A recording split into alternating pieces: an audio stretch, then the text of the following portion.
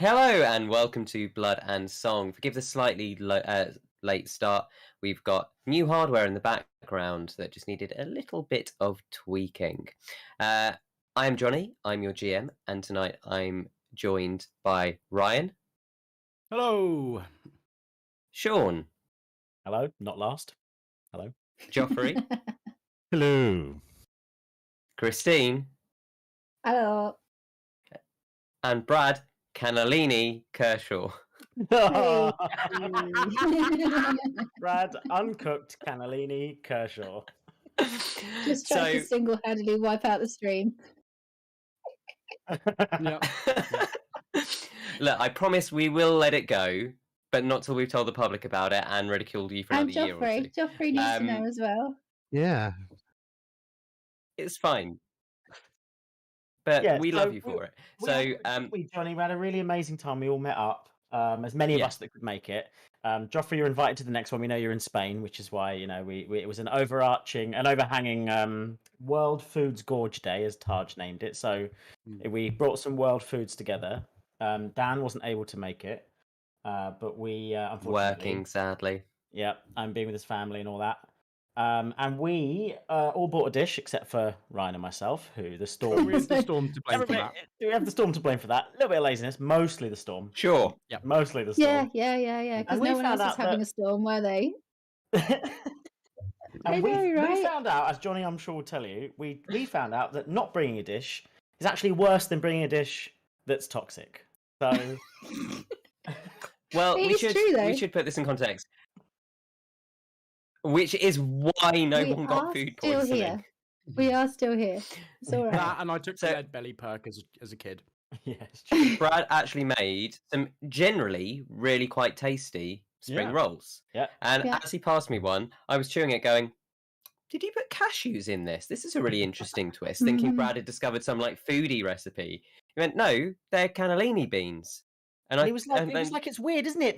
The recipe said cannellini beans. I thought it was a bit weird to put them in, but I went for it, and we thought, well, that's fine. Cannellini beans are basically baked beans with like tomato sauce, right? Like it's fine.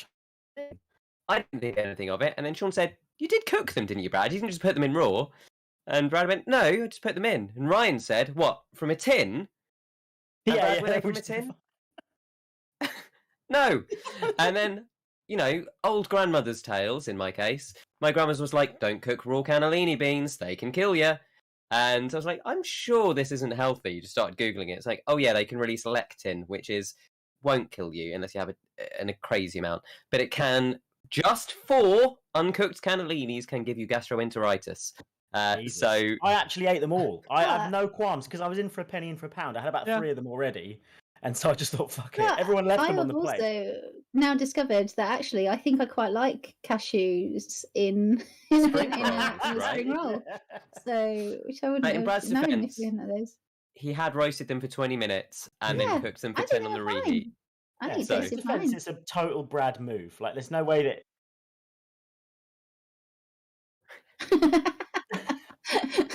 But for everything apart from the uncooked cannellini beans, it was a really lovely spring roll, folded amazingly. The pastry was great. It looked fantastic. They looked great. They were a meaty size. I was imagining little ones. They came in like what I can only describe as sausage roll size, which was actually really quite. So we just, we're ribbing him out of love, but it was fun.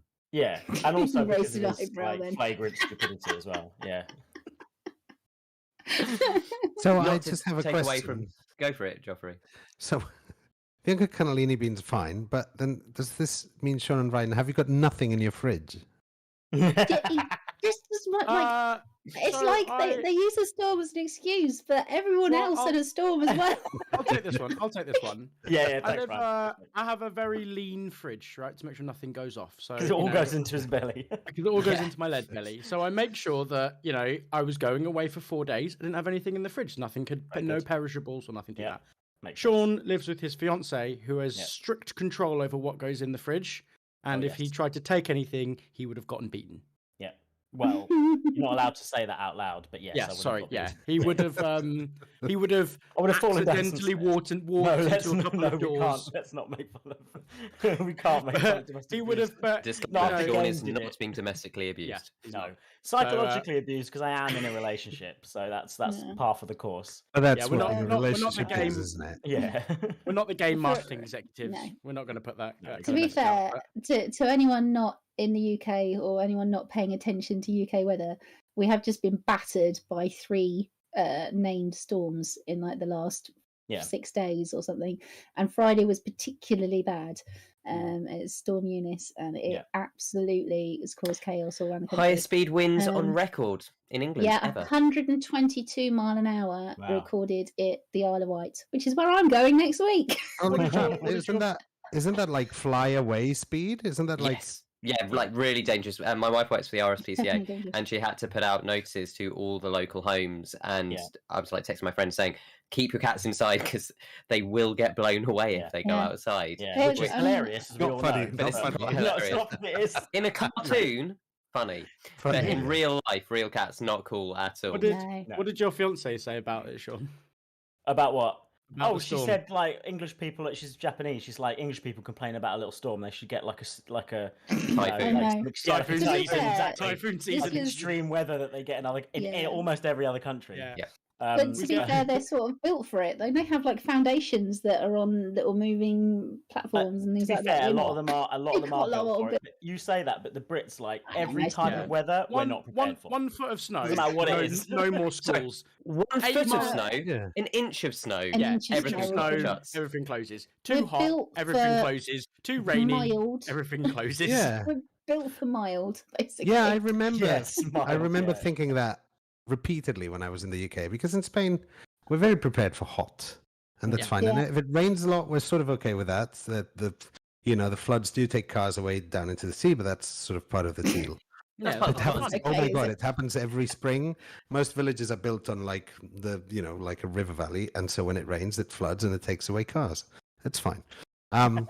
Snow we don't deal with because we don't get any. Last time it properly snowed, it was 1962 or something. So, Well, this is But I went to UK, and it snows a little bit, no more salt. Snows a little bit, no more grit. Snows a little bit, no more school. It's just like Jesus. Yeah. Rain, southeastern doesn't work anymore because Croydon is flooded. Yeah, you can't go. We did take a moment though to lament a great tradition of all of our UK childhoods that no longer exists, which is when there was an inch of snow, we all got like weeks off, right? Now, thanks to the move to remote learning that all schools had to do due to COVID, any sign of bad weather, they're like, it's fine, you just work from home, kids have to be on computers all day. Snow days have gone, mate. Sucks. Yeah, remote staff are more annoyed than the kids. Working it does have serious repercussions for our youth. Yeah. Well, I think snow days are actually a magical wonder of growing up in Britain. It's that first realization that the country is so unprepared for anything that you might actually get a few hours of fun. Yeah. And it's like, wait, I can go out into the garden and have fun and out into the street, but I can't take that street to my school and then learn. It's like, doesn't really make sense, but I will have the day off. Yeah. I think we've also got the advantage of British people, just like, if a storm hits, everyone goes to the seaside to see it. All of the authorities are saying, please stay away from the coast. These waves are really, really serious. They will sweep you away. You're going to die. And people go, that's all right. What I love about Britain is that Dylan Moran joke, isn't it? When he was living here, and he said, "Oh, in Britain, it's fierce mild." Yeah. So true. Absolutely brilliant. Speaking of fierce mild, no, sorry. It's Ryan's job to segue badly in a way that disrupts your flow, Johnny. No, it's fine. I'll take it. Speaking of fierce mild. Stop trying to. I was going to save it for him. I was going to be like, fierce mild. We could talk about the fact we had 3 curries going from fierce mild, all the way up to exquisite. And the exquisite one, obviously, not in spice, in heat, but in flavour, being Taj's. So we actually want to say a big thank you to Fantaj for coming down, having an amazing time with us, and cooking an insane curry. Yeah. So good. Classic family recipe, as was one of Johnny's there as well. And it was sort of nice to have a split of like that's sort of why we wanted to do it. And Ryan and I feel bad that we couldn't do our traditional curries as well, but like we got of course, we were going to do so much, but you know what? It's just that bloody storm. Yeah. Were you going to do your famous canola bean curry? Yes, uncooked bean curry, just like a whole load of miscellaneous beans in a big pot. He's going to cook 3 bean stew for us next time. You watch. It's just going to be a pot of beans in cold water in it. Yeah, what bean Bring makes a pack of rice beans and throw them at us. Cook them yourself. What's the beans that make rice in? Like Black beans is it and castor kidney oil? beans. Yeah. We love you, Brad. We love you, Brad. Yeah, thanks, Taj. Yeah, you're absolutely right. And like he was sort of the travel agent as well. So because that takes a lot of work to corral everybody. So we're really happy for that. Takes ages to corral us. Joffrey would like to coincide the next one with when you're in the UK, hopefully. Yeah, so let's do it. And then we'll tell you all about it. We'll FaceTime Obviously, you. Yeah. Well, having called up slightly, sadly, no Dan tonight. He appears to be at work again. We're not sure if he's going to appear or not. We would assume not. But luckily, in this most serious of dungeons, at the critical point of integrity in the story, Ryan's going to pick up Lack. Yeah. And do him justice the same way that he did justice for Sixsmith last week. Yeah. Fistsmith, you mean? Fistsmith. Which I fully enjoyed, obviously, listening to the destruction of my character that I love, turning him into a cosmic joke. No, I listened to it in parts and just caught up with it before the stream, actually. Very exciting point. Johnny will fill us in when we get there, obviously. But it was great. It was everything I could have hoped for, like people taking over Sixsmith. And Ryan, like, what's weird is he's sort of channeling. I hope none of our uncles actually listen to this. I went half uncle. I didn't want to, like, insult any of our family, but Ryan went full uncle. So he's basically just a mixture of all of our uncles at this stage. So that was a great sort of elevated impression. Did you tell people on the stream, or was it just us in the background about your explanation of how you? No, I was just about to say I like to think that I played Six like as if Ripper was telling a story about Six, and that's how in Ripper's head Six looks, acts, and says stuff, rather than actually what he is like. So, you know, there's slight embellishment to the truth there. Well, you know what they say. Sixsmith is in the eye of the beholder. Yes. Well, he will be if this goes badly. This next bit goes badly. Nearly where, aren't we? But the good news is that if anybody wants to catch up and check out the impressions of Sixsmith, they can, because all the podcasts are up to date. Hooray! Well done, Christine. It took a little bit of a back seat for a little while, but it's all up now, so you can listen to them all on wherever you listen to your favourite podcasts. Really, just search for. I only listen on vinyl.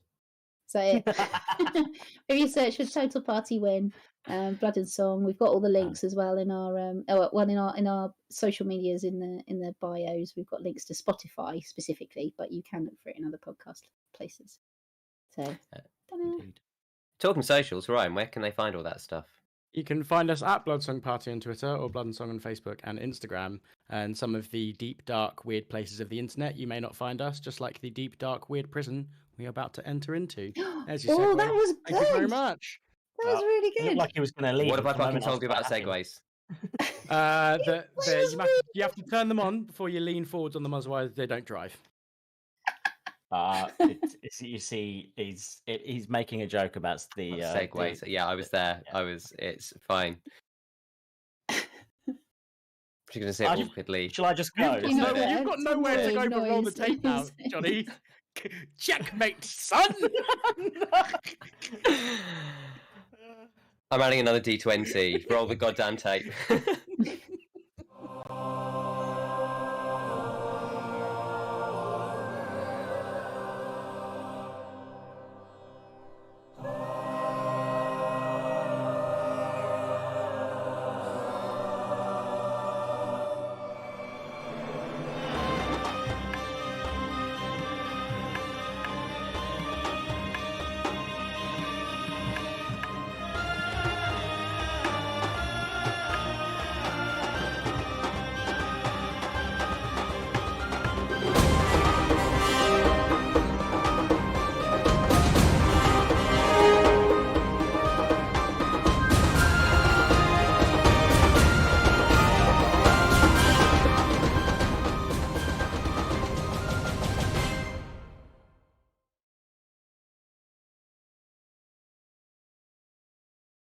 don't. Hello, everyone. We'll discuss it afterwards, Joffrey. But yeah. Previously on Blood and Song, we had entered a deep, dark prison and explored it as you were heading towards the finale of your shared group vision, and also investigating what the Matron Circle had asked you to, part of Octavius's now rite of initiation to possibly become a Druid of the North, helping Faeza upon her way towards her initiation, and also finding out what has been plaguing the North, what is causing this corruption. As you headed down, you started uncovering bits of a journal left around the place. The parts, or the journey for the other pages in the journal, led you through this strange settlement where you met another being called Origin, who seemed to be eerily similar to Seed. Once Origin, had been dispatched, they started talking to you about, as though another group were talking to you, that call themselves the Sisters of Mislith. As you explored, you found shrines, you found an ancient trident of some kind, you found an ancient scroll of worship of some kind, and you found caged aberration dogs that you ritually murdered while still in cages and then burnt the corpses.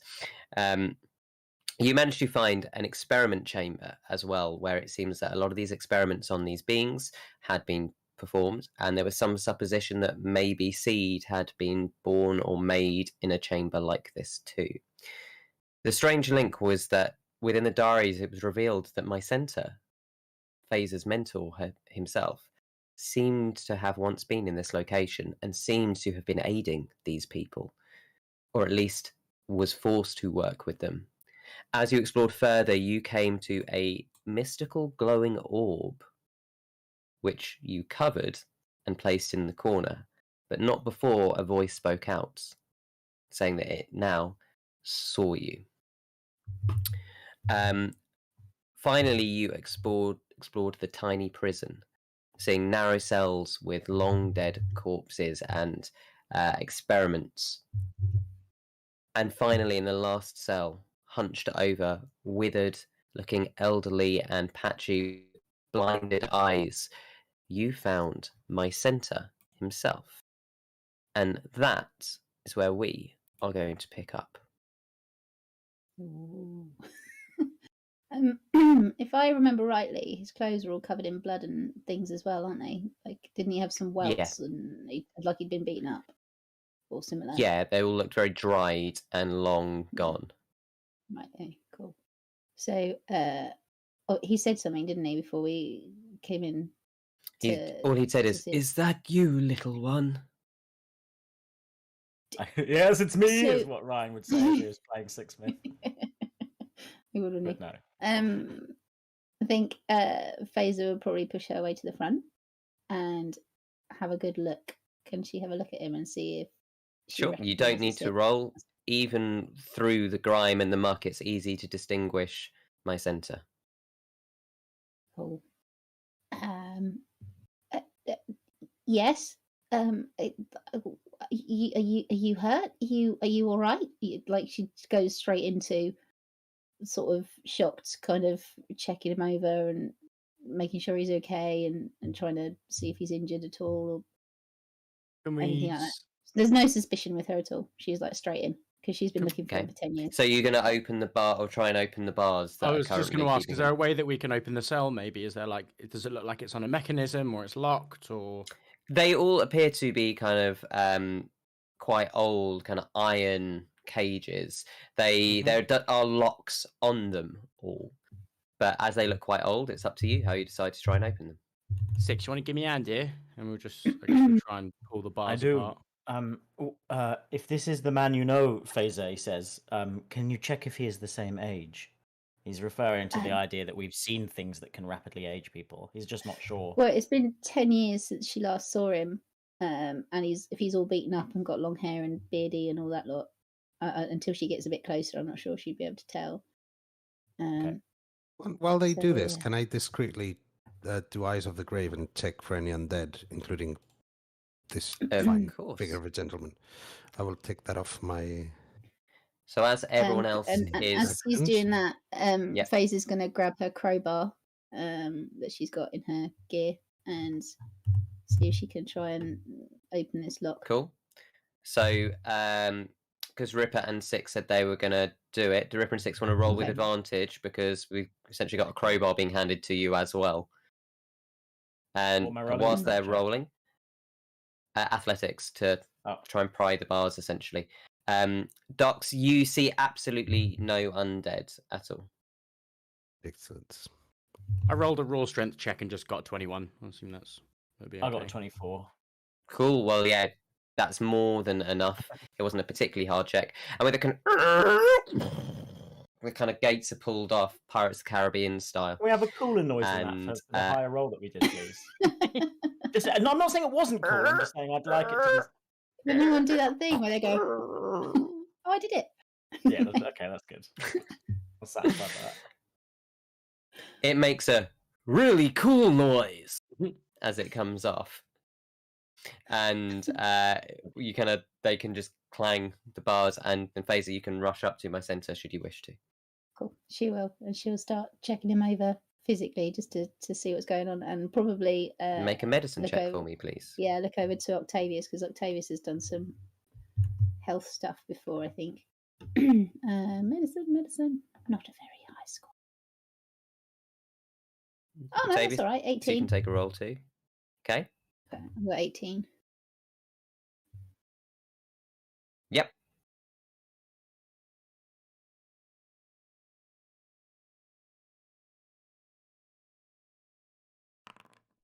Medicine. It rolled twice. Yeah, I'll take the first one. So as you reach down, Faeza, the first thing you notice is that again there are just so many cuts and bruises and welts and just grime. So as you start to kind of just wipe at the grime, you notice, you notice that as is slowly getting cleaned up, because it only does a small amount of cubic feet per round, that the bruises and the welts have been there a long time. This looks like whatever's been going on is not a recent, just an immediately recent thing. Octavius, as you're doing it, you start to also notice that his bones themselves have been broken and reformed, and as he's kind of essentially shoved into, I remember I described it as an oubliette, these prisons, so they're not even like a nice space so you can walk around. It's literally enough for a person to be in, crouched over and crunched down. So as he's in there, you can see that he's started to get some kind of deformities and muscle wastage from just being shoved in a horrific space for too long. How long have you been here? My centre. Who put you here? I don't remember time. Since I started counting, but I don't know when I stopped. He sort of gestures to the wall, and you can see in the stone there are some scrapings that look like he was trying to, kind of with his fingernails, carve in days or weeks, and they just sort of stop at some point after about 23. Whether that means days or weeks, he's not particularly clear. Okay. And who put you here? How did you end up here?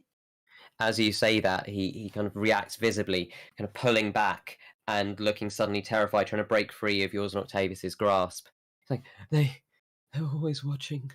They're always in my head. They're in my head. And he starts rocking. Okay, well, I think we need to get him out of here. I don't know where to take him. We need to just, want to get him out of the oubliette. Make a bit of space. So you would remember, having it only been a few minutes for you, or 20 minutes for you, but obviously for us it's been a week, that there was a bunk room where there had been beds and things where people had been staying. There'd also been an area with a fire and an open table that seemed to have some supplies and some food that was just ration supplies. So it's up to you. If you wish to move him, you could take some time to do that. I think it probably. I'd open it up to the table, but she would definitely want to take him somewhere warm. She's been looking for a very long time, and yeah, if you start to probably get grab some him, information out. Six I can think jump Ripper. in and I was going to say Ripper will probably scoop him, give him the old gnomish swoop. So as you all kind of your friends reach out for him, you see him sort of recoil, looking slightly terrified. So, mate? It's okay. It's okay. Oh, actually, I speak gnomish, so I'm going to say to him in gnomish. He's not a gnome. Oh, is he not? Oh, well, No, I'll try and no. say to him anyway and go, Yeah. Is he not? Does he not, you know, Woosa. do one of those? I said to, I just say we've been here, we've been through, we've met some people, but we've cleared some space, and we can take you somewhere which is safe. And these are my friends, and they helped me find you. You've got to come with me, please, come on. He sort of reaches out and says, "My little one," and so kind of starts weeping, and tracks go down his tears as Ripper then reaches out with Six's help, and they kind of lift him up. As you lift him up, Ripper realizes he definitely isn't a gnome. He appears to be a very old man. As you take him out of the oubliette where he'd been crunched over and looked tiny, you kind of see that although he can't actually physically straighten out, he's been hunched so long that his spine has actually started to kind of ossify in the curve.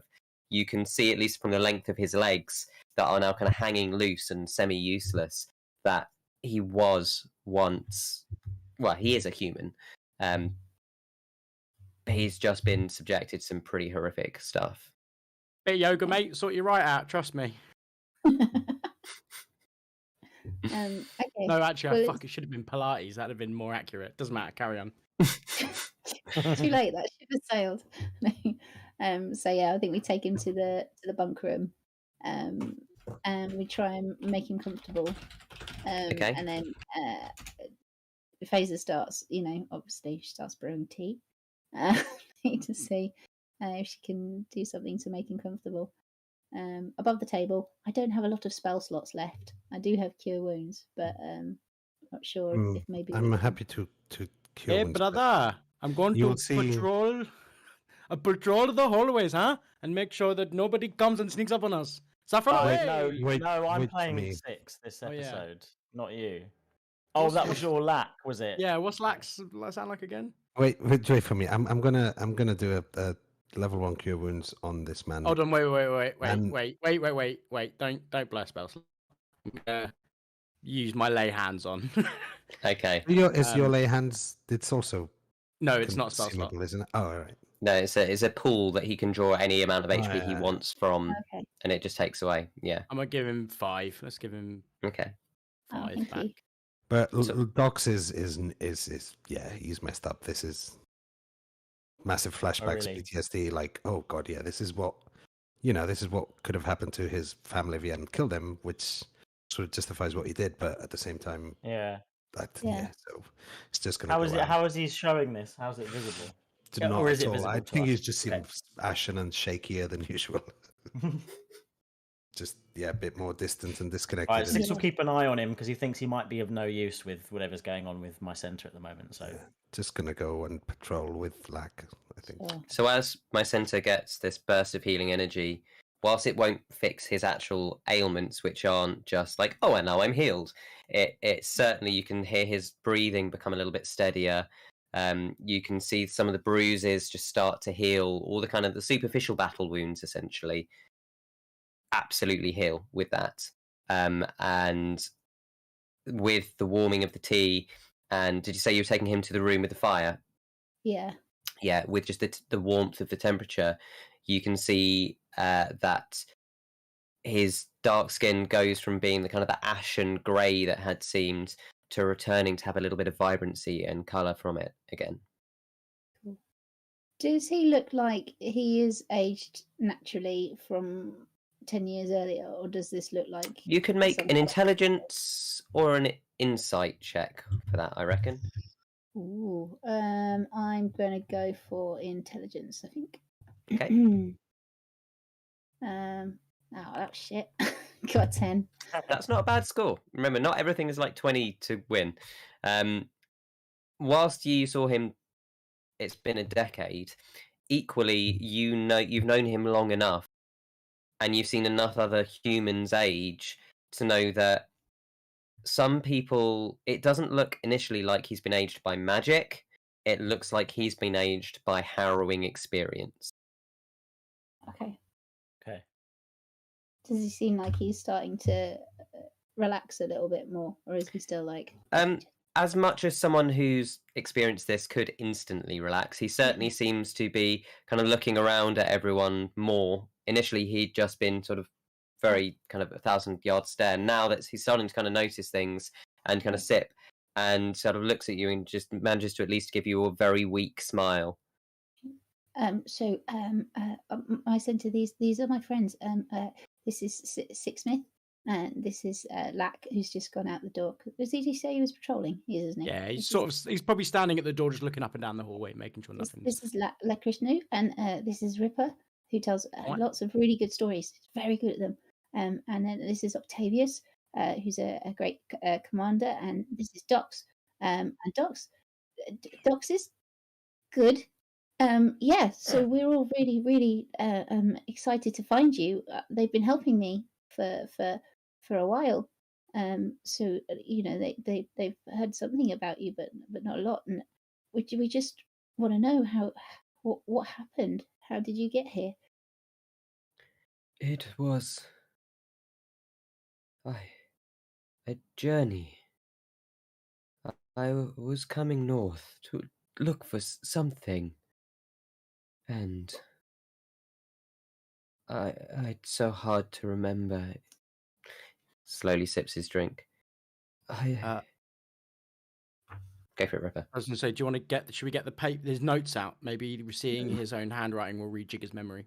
Yeah. Okay. So as you show him, it's an excellent thing. You can have inspiration for that. As you give him his... I already have it, unfortunately, but thank you very much. I'll have it.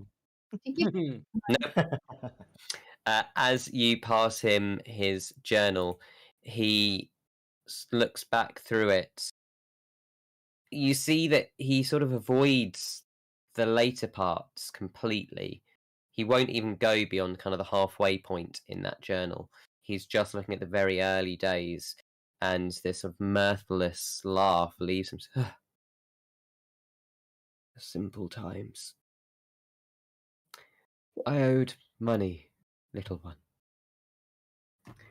And I'm afraid my debts caught up with me.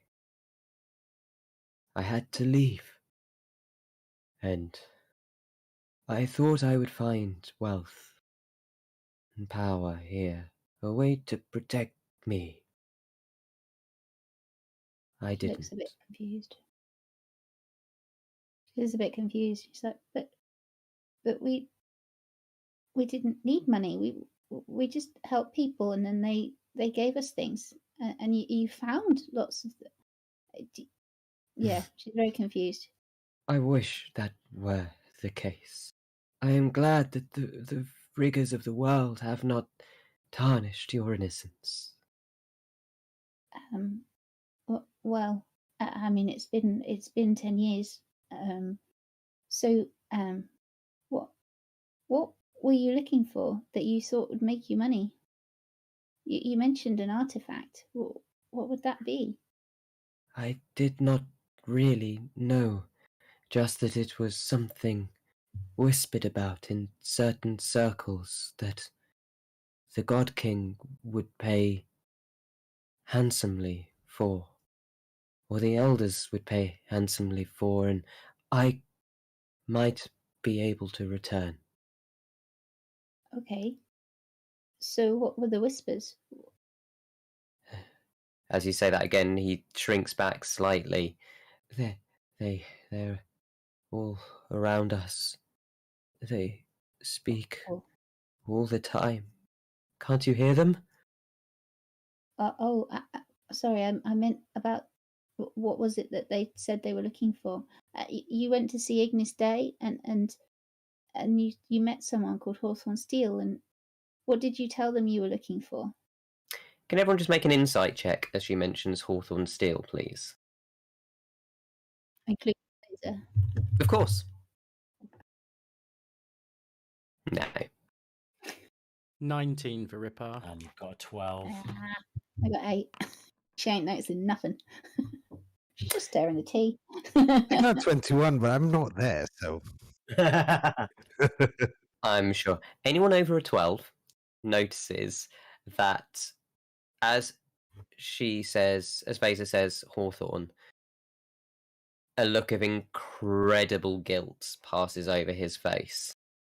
Faeza, you're almost kind of too wrapped up in topping up his tea and making sure that he's kind of stops shaking enough, and kind of, you know, getting him an extra blanket and things to try and warm him up, that you don't quite see it. He says, yes, Hawthorne was a good man. Yeah, we know the Revel did him in. I mean, the Revel did me in. 6 for a knife at me, got it right in my leg. But no, it wasn't the Revel. It was Arata van Ebis. Yeah, is that like one person or a group or like? They are a guild of assassins. Got you. Oh. Right. 6, I think your girlfriend might work for him. I don't know what you're talking about. I don't have a. Oh, you mean the beautiful? I mean the. You mean the strange, wonderful creature? Not wonderful in that way, but wonderful in a terrible way. Wonderful like a terrible storm. Yeah. Yes, that girl you must be referring to, who I don't even remember now you talk about it. I remember her name. Avantikar, yeah. Avantikar's her name. Ah, Avantika, yes.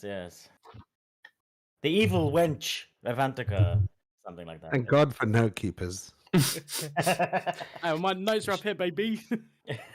She did stab you, Octavius. In your sleep. But who doesn't deserve a little stabbing every now and then? It gives, what do they say? It puts iron in the blood, doesn't it? It puts iron in the blood.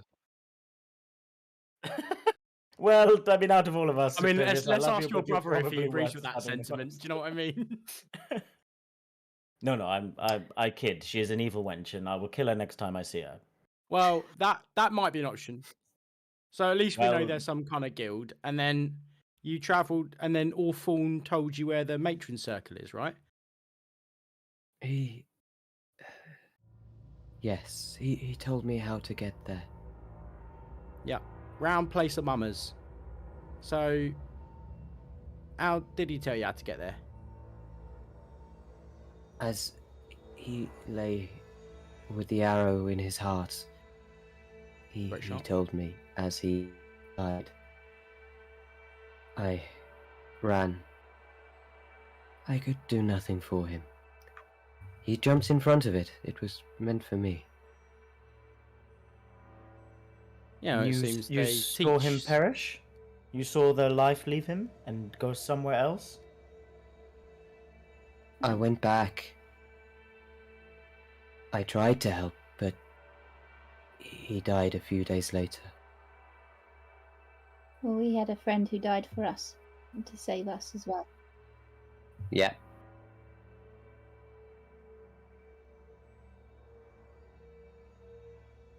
Insight check.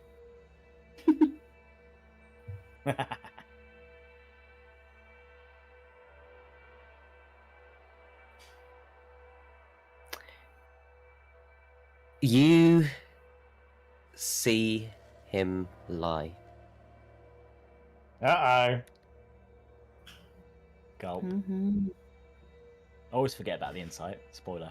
I always forget about that. I feel like Octavius would call him out. I mean, I know what Docs would do, but he's patrolling. Stab him immediately. Listen, no time for Octavius to get soft on us now. If he calls a spade and he sees someone lying. Hey, when I was listening to the last episode, Octavius was like, he elevated himself in my estimation. Yeah, he is evolving. Yeah.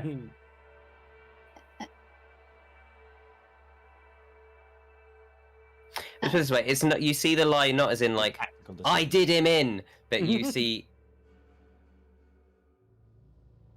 it's something he was saying to possibly try and make himself come off better. Okay. So he told you how to get to the how did he tell you to get to the matron circle? Like walk through a tree, tickle a fairy, like walk backwards over a hump. What was it? He gave me a stone, and I activated it and appeared on the edge of their camp. It was by a mountain. They didn't let me in. It's probably because you're a man. That's matron circle and all that. I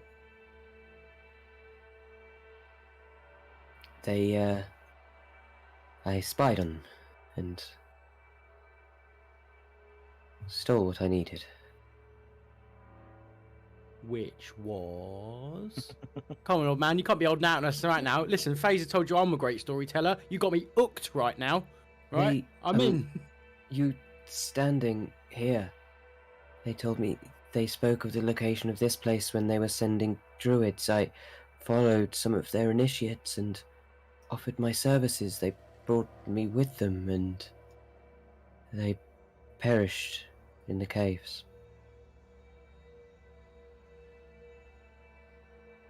Yes, there were 3 of them. Did they look like half crocodiles when you met them? What? Like we saw a couple that had like beak. No, they're called alligators here. Alligators. Oh right, did you see anyone with that look like allegations? Allegations. You see, as you say that, he just kind of drops his head and goes very quiet, and just sort of tears start pouring down his face. The tears just continue. If anything, they become heavier.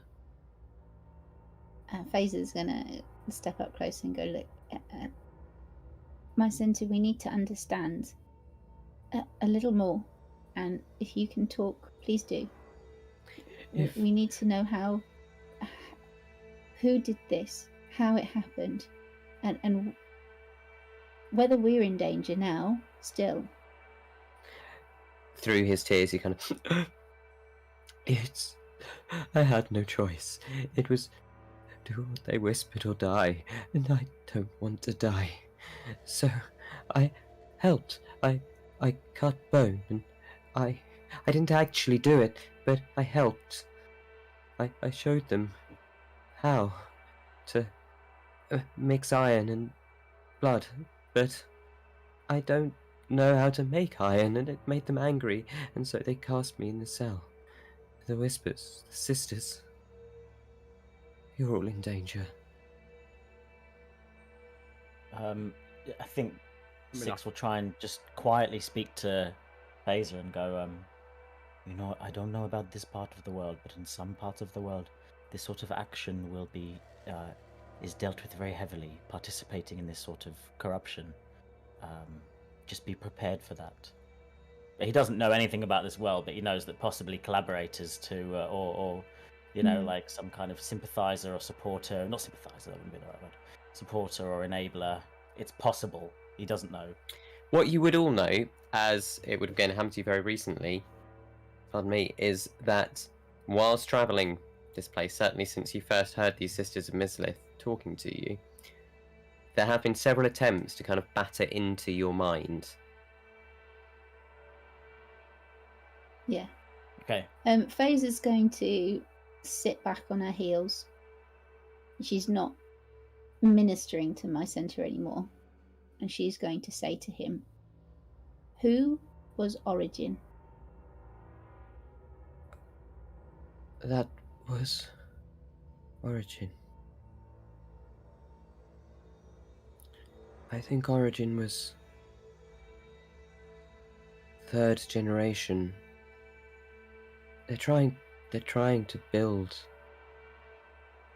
an army.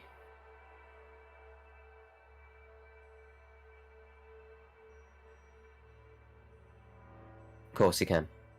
Is it an army worthy of Mordor, though? That's the question, really. Build me an army.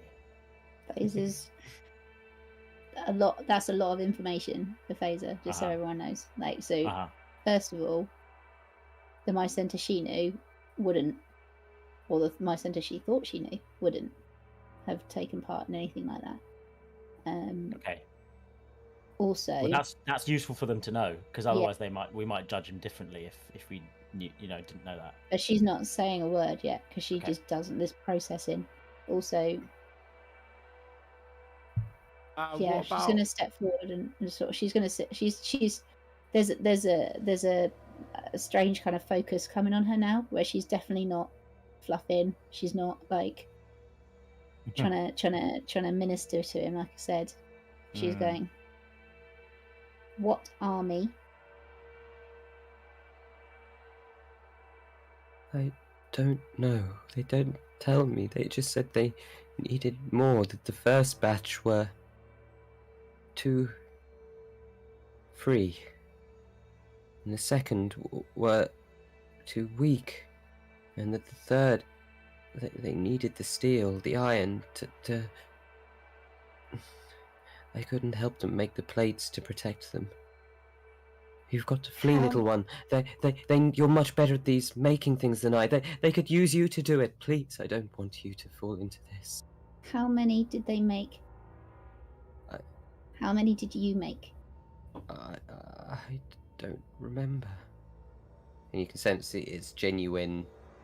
As the days filled in for him, he doesn't remember how many. He just knows he had to do things.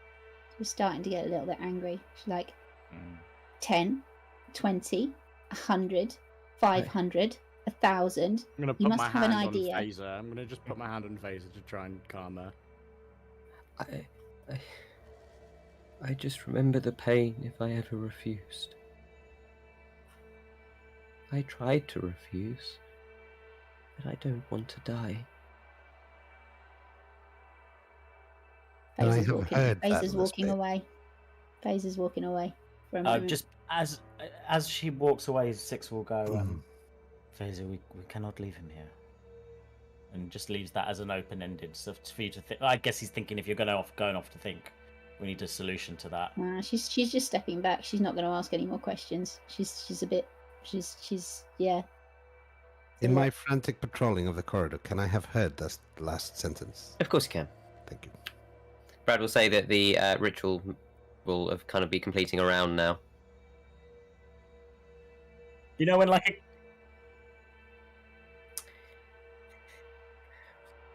Oh, good word.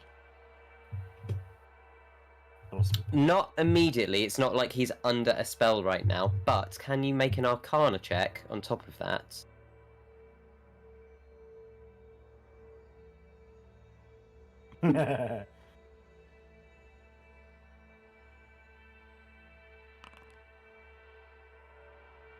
With a 7, you sense that there are traces of old magic upon him. That it came from an external source, but you get no more than that. As can Six do, like, you know, in a movie where someone talks to someone but they're not listening, and then they say it again to someone else, like, so he'll go, as Dox sort of walks by, he goes, "We cannot leave him here, Dox. You know, if Faeza can't deal with it, maybe Dox will have to deal with it." That's sort of what he's trying to work out. I mean, Dox, yeah, I'm just going to walk in. I was going to say. I'm not going to... He just pulls his knees up and starts rocking. Below. They're always below, with the shadow of the wave. She slumbers. Can't you hear the heartbeats? And as you stop and listen, you realise one of the sounds in the background that's been so slow is this very intermittent, deep pulsing. It's only one beat every minute or every 2 minutes. But now you're aware of it and you can almost feel the entire place thrumming. In the deep. They're in the deep. Can Faeza tell if that's like a mechanical pulse of some kind? Or... At this distance, it's just like a low bass note. You know, like when you, like 3 floors above a club, and you can just feel the thing rather than actually hear it. Okay. And at this point, Dox, just holding the scythe in one hand and extending the other towards my center, I would like to use the cantrip called Thaumaturgy to amplify my voice very much. Yep. And say, old man, are you telling me that after everything that has happened to you, you still wish to live? Do you not wish you had died? Make an intimidation roll with advantage, because you're already terrifying, and then you've just made your voice terrifying. I'm genuinely curious. I'm not so much trying to intimidate him as to intimidate the truth out of him, if that makes sense. That was, I'm not... Sure. That's where Faeza's... That's where... Yeah. That's where Faeza's frustration is coming from, and her anger is coming from as well. But, yeah. Just don't understand. Like, I think it's... This isn't the my center she knows. If he still wants to live, doesn't mean that my family could have lived, and could there have been a better ending. She's just very angry and frustrated, and not specifically at him. Just wants to know. I didn't want to leave her. I had to get back to her. I had to make it all right so that everything would be okay. I didn't want to die. So much still to do. Faeza's going to walk forward and say, what about the first batch and the second batch? Did they die? I wasn't here for the first batch. The second, I didn't know what I was doing. He didn't. He knew about the circle, the matrons. They told me about this place.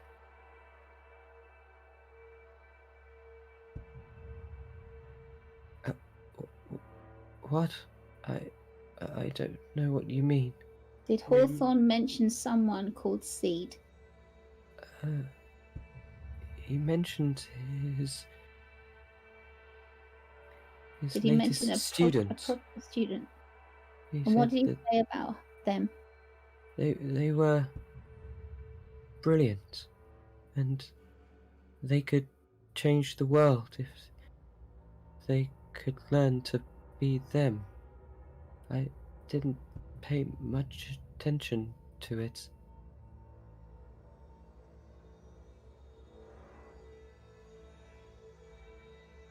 Okay. While you're doing that, Faeza's just got one little... When he said... Before you waste the slot, because you did do detect magic, I did say you detect no active magic. You detect the past spells. Just I don't need to waste a spot having misunderstood what I said. Or if I hadn't made it clear. Yeah. When he says that Hawthorne said that Seed was brilliant, she's gonna have a little tear. She's gonna, but it's like not crying, like sobbing, just like, well, he was right. Okay. Who's her? What do we do now? Who's her? Sorry, Seed. Who's her? Seed. They. No. I mean, he. Oh, as in like who he had to get back to. My center earlier said. I had to get back to her. Get back to her, because that I can forgive. If he was doing it for someone, I think I can forgive. Who's her?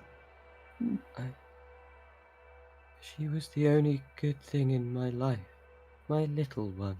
And he looks up at Faeza, and you can just see just like completely. Although his eyes are white with blind, there are just tears pouring down his face silently. Are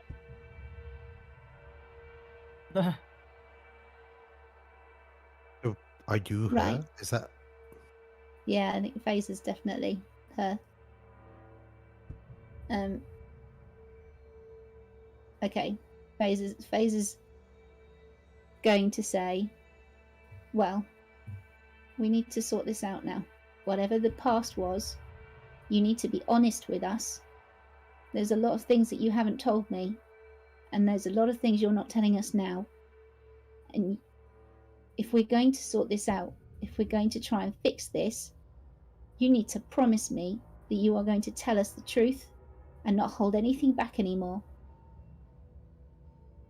For the first time in your entire life that you've known my center, he looks small. He looks frail. He looks old. He looks weak. Not just because of the torture. He looks broken. And he just sniffs. I'm all Be honest. I have nothing to hide. Run. You need Don't to stay answer. here. You need to answer all of my friends. You need to answer their questions as well as mine. If I You can, cannot. I will. Well, maybe we can try and figure what this is. Try and figure out how to solve this. I'm not going to pretend that I understand what you've been through, because I've seen people when they have been possessed by some magic or controlled by something outside of their will, and I can't pretend that I know what I would or would not do. But when you're not under control, when you've got your choices, that's when you need to be who you need to be, or who you need other people to need you to be. So be good. And that's it. So right, what do we do now? You are a genius, right? You are a very, very smart man. You must know these things. You must know if there's some kind of like weakness, yeah? Like you put an exhaust chute in that goes all the way through that we can blow them up with, or something like that. You know, that like a one-person star throwing star can get in. It would take an incredible amount of force to do that. I can tell you they are. Attacks, are they? They are made from remnants of the slumbering one. Who dat? There is a creature beneath the ice. They are taking fragments of its soul, its being. I don't understand it. It's magic beyond my ken. And they are animating these creatures. Where are we exactly? Because I just above the table. I feel like none of us actually know what this place is, do we? You know that you've gone essentially under the lake. Yeah, and that you've gone down through the ice caves, and you've ended up in a building. But you're right, Ryan, that the characters haven't figured out. Like, is this a prison? What? How come there's like suddenly just corridors here? Yeah, that's sort of what I'm trying to. We do know we've all been above table again. We do know we've been dreaming about a lady, presumably god, being thing, that was trapped under a lake and asking for help, and we've come here. And now we're finding out that this being is having their soul chipped away to create these other beings. So So I think what I want to do is I want to hear it out of Johnny's mouth, basically. Where we are. I'm looking forward to telling you when you work it out. So, where exactly is this? What is this place?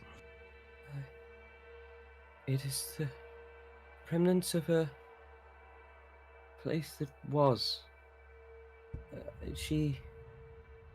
I don't know. That's all they say. The remnants of the place that was.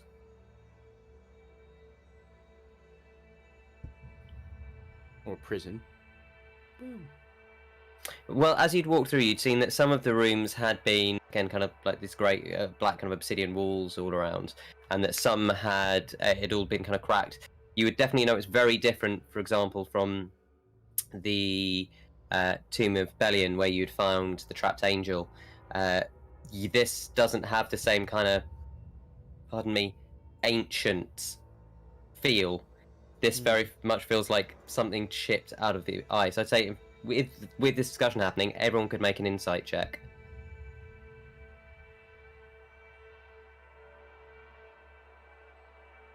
Oh, yeah, I don't know shit. Ripper don't know shit. So 27. I got 11.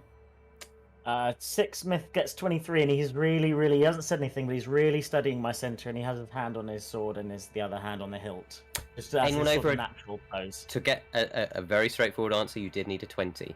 So as we've got people over 20, anyone over 20 thinking about it, thinking about what they've seen, and comparing it to the temple that they'd seen that had the sculptures and the paintings of the old gods and the ancient war, would realize that whatever experiments are going on here, this building layout seems to be relatively new, as though someone had built over or tunneled down and then tunneled this out in order to enact all these things that are currently happening. Right, sort of like a ley line scenario. And we've also seen different confirm or statues to different gods. I think that's the bit that's got docs confused. Like, any indication of what was first? Like, whether... So, with that insight check, whoever got over 20, thinking about that, we'd kind of realised that the one artifact that really did not fit in here were the old statues and the trident. That was the one bit that had seemed a little bit older than everything else. You probably realised that was probably part of something that was here before that whoever's here now couldn't get through and couldn't tunnel into and couldn't change. So it seems that by going through those stone guardians and answering them the way you did, you managed to access something that they literally just couldn't desecrate or destroy. Ripper, ask him if he has got any, if he had any dreams before he got to this place. He's very quiet and sort of almost mumbly, Six, but he wants Ripper to ask. Did you have any dreams before you came here, like that guided you here, or something? I haven't dreamt in a long time. All I hear when I sleep is the whispers echoing in my mind. Right. So Six is wondering if that mind control it begins with the dreams. If it's a kind of trick, not a trick, but like a kind of like the Reaper signal. Yes, exactly. Yeah, he's sort of wondering that. So like, is this like sort of, are they in for it? Is sort of what really he's thinking at the moment. I think. So we travelled here, sort of similarly to you. You know, we travelled across the water and through some areas of Chinella, and we've basically been following this plague, right? This horrible black sticky goo, which I think we realise now probably originates from over here. Have you? What's going on with that? Well,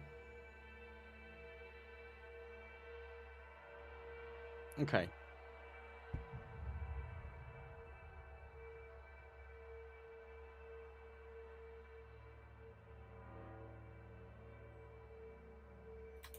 Nah, I don't know what you're on about, mate. It's perfect. I think it's a different form of corruption here. I think there are corruptions, multiple corruptions. What do you know about black sticky goo? Wherever it comes from. He kind of thinks deeply for a moment, and it's a byproduct, as though the very soul was being consumed. Life itself is being corrupted. It's not a disease. It's... I'm not as clever as little one. She's better at these things than me. I'm just good at simple tricks. It follows them everywhere they go. It could be anti-life, says Six as he contemplates like the possibility of this thing. Is it like depleted uranium? I don't know what that is. Above the table, is it like depleted uranium? Above the table, if you've got the forces of creation, they have their opposite. Yeah. So like... if there is a byproduct, chemically that would mean that there is a product, a primary product that you want. What is that product?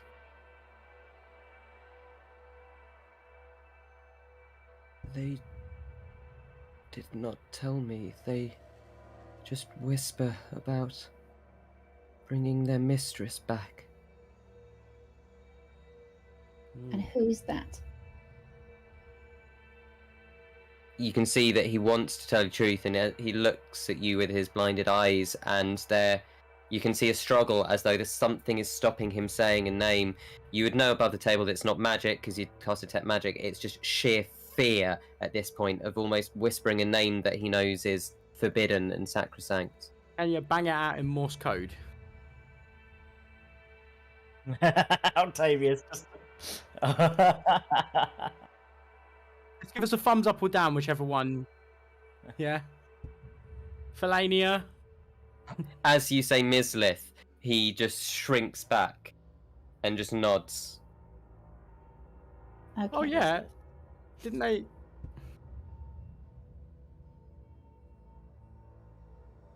So. Tell me about these gods of yours, Octavius. Oh well, the best one's Illyria, right? And then you don't need to know anything else after that, really. Yeah, one of our ones. No, not Mislith. So. There are 7 prime deities that you would know that are Illyria, Aramis. Yeah, then there are these 6 others that you've seen cryptic drawings of and paintings of, that you discovered some of them. You hadn't discovered all of the names, but you'd at least found some of the names, and Mislith had been one of these 6 other names. So in the 7 that are sort of the ones you are taught about, the Chaos God is one of them, isn't he? Yes, Lyrian. Yeah. The one we've sort of had a chat with occasionally. Well, his messenger, yeah. Yeah. Yeah, Off-Loki is a messenger for him, so from what we it's understand. Okay. And Mislith is fear. Okay. Yeah. So it's like these 6 gods are extra gods that we've never heard about. Like, they were obliterated from...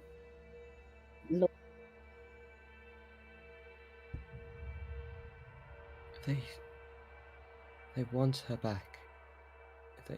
They make these things. And he just kind of almost reaches out towards you, Faeza, and then just sort of drops his hands as he sees how you'd looked, and just says, "They get in your brain and break everything. Don't let it happen to you." Old man, we are going to try and undo everything you've done. When that is over, if you want the respite of death, you only need to ask.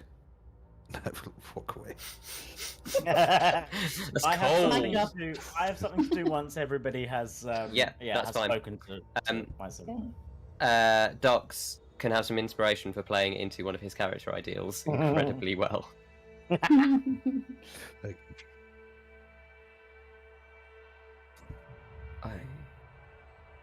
They wouldn't let me in to the first. I was looking for information. At the second, yes, I had to go to Shade Mantle, and we were looking for tales of what artifact it could be or anything, and all we found was stories that druids came to worship at a place of immense power. I thought...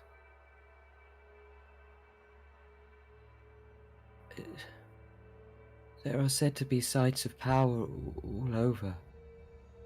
One in the deserts of Indiri.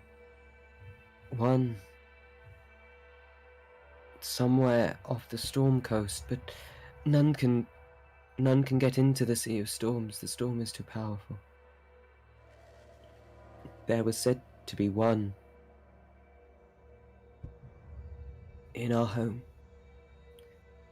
But the Magisters kept everything so secret, I could not even get close to find out where that one might have been. Well, our dreams are telling us it's under the great tree.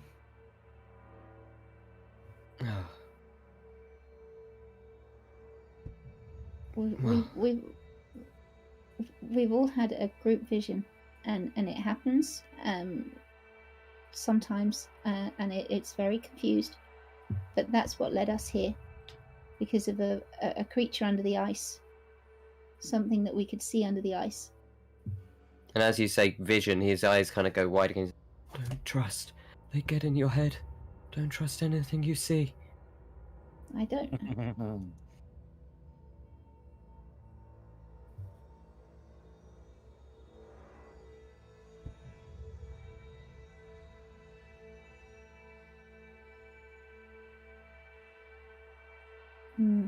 Johnny, here's an above the table question. Go for it.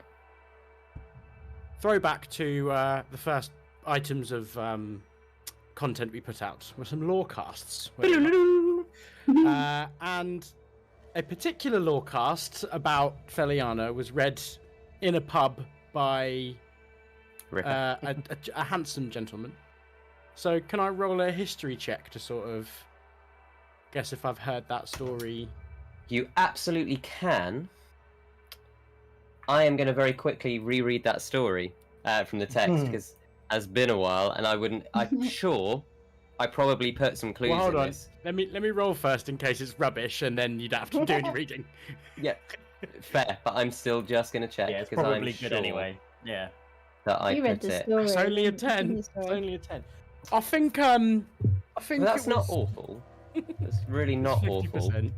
If you could just vamp for a second whilst I find it. I think Well, so this is actually a good moment. Can I do this? Just Go for it, sorry, yeah, Ryan, do I it. know you're keen to vamp as Ripper, but I Yeah. want to ask because I listened to the episode, of course, but I wasn't in the discussion. So, Sixth has a trident of Feliana, or some kind of trident that was.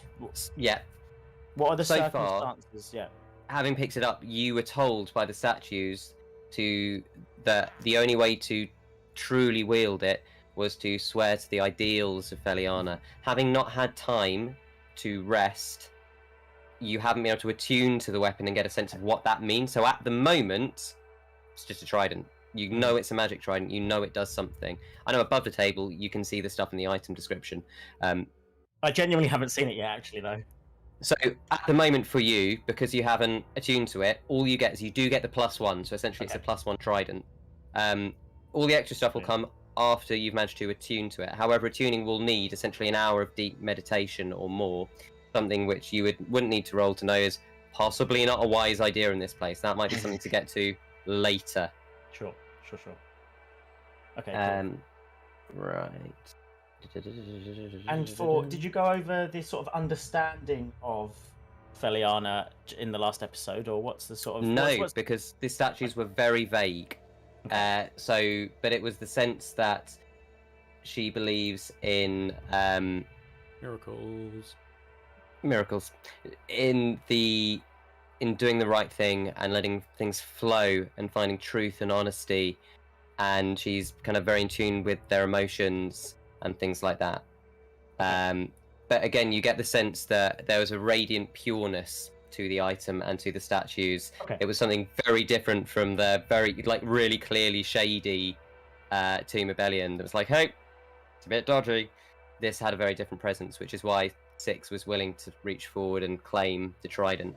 Nothing has yet been sworn, so you are a prospective champion of Feliana. You have not yet sworn to become one. That's a choice they had, which is great. Been explaining that, I then wasn't looking. Yes, I know. So I'm going to just. That was very good. I was hoping someone else would kick in so that we could all chat about it while you were looking, but that was very robust, so I appreciate that. That's absolutely fine. I feel like I was in a pub. I was either maybe talking about, well, it might have been like a wine bar. That's okay. So I just for my sake, because my lore up here is very different. Yeah. You work on the assumption that the trapped gods are the good The main gods. 7. I don't know. Well, you know. We don't know that. You don't know that. She's one of the main 7, isn't she? Yeah. Yeah.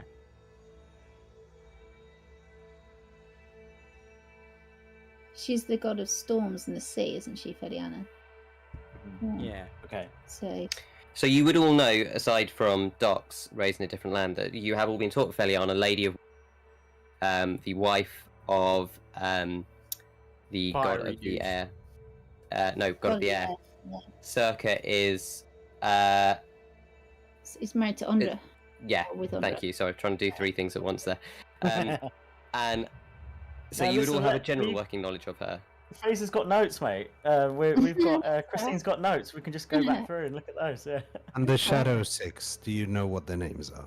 But don't call them the Shadow Six. That sounds cool, mate. Give them a rubbish name. Yeah. That sounds way too cool, doesn't it?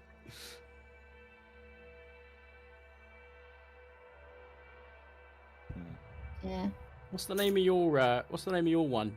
You keep trying to kill people for. None of these.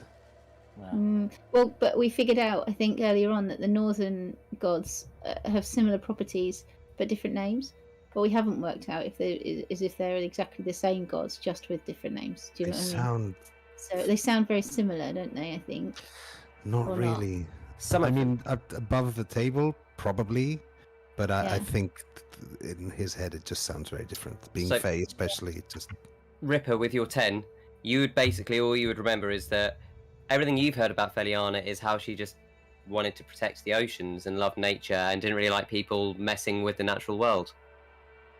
Yeah, it was something like, she made some little buddy fishy turn into a octopus or something like that.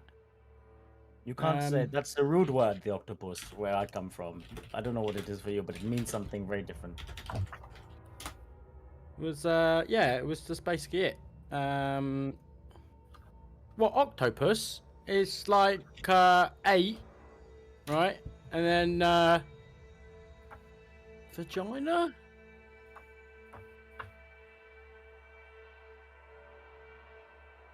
I don't know. Like I was drinking. Yeah, I was at a tavern. I was drunk. I don't remember exactly what it was.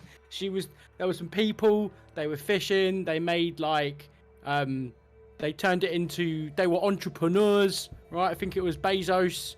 And then he caught all the fish, and Felania was like, "Don't like it." And then I got some shots, and then don't remember what happened after that. We have heard of a creature with 8 legs called Octopodes or something like that. But I've never seen the sea myself, so I know. What's the name? What's the name What's the name where you like open the sound of like opening a beer, or like when you get a couple of sticks and you break them? What's that called? That's what that guy was talking about. Something like that. It was one of those in the sea, but like an octopus. A cracky. A craggle.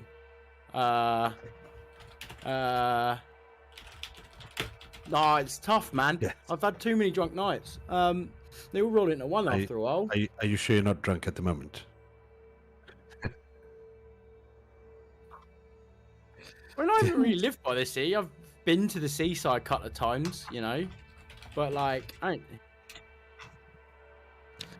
because technically we took a boat, over here. You did sail for like 2 weeks. What's the sea like? I've heard it's like a forest of rough, rivers. Mate. Rough as badger's arse, mate. Ah.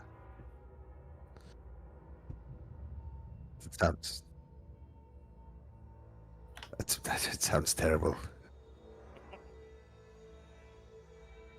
At this point, you see my center just kind of shifting uncomfortably in his seat, not really looking anyone in the eye. Everyone kind of sees him keep glancing at Faeza, but he won't look at her properly. Oh, she's looking at him. Six is going to take a look around the room, a last look.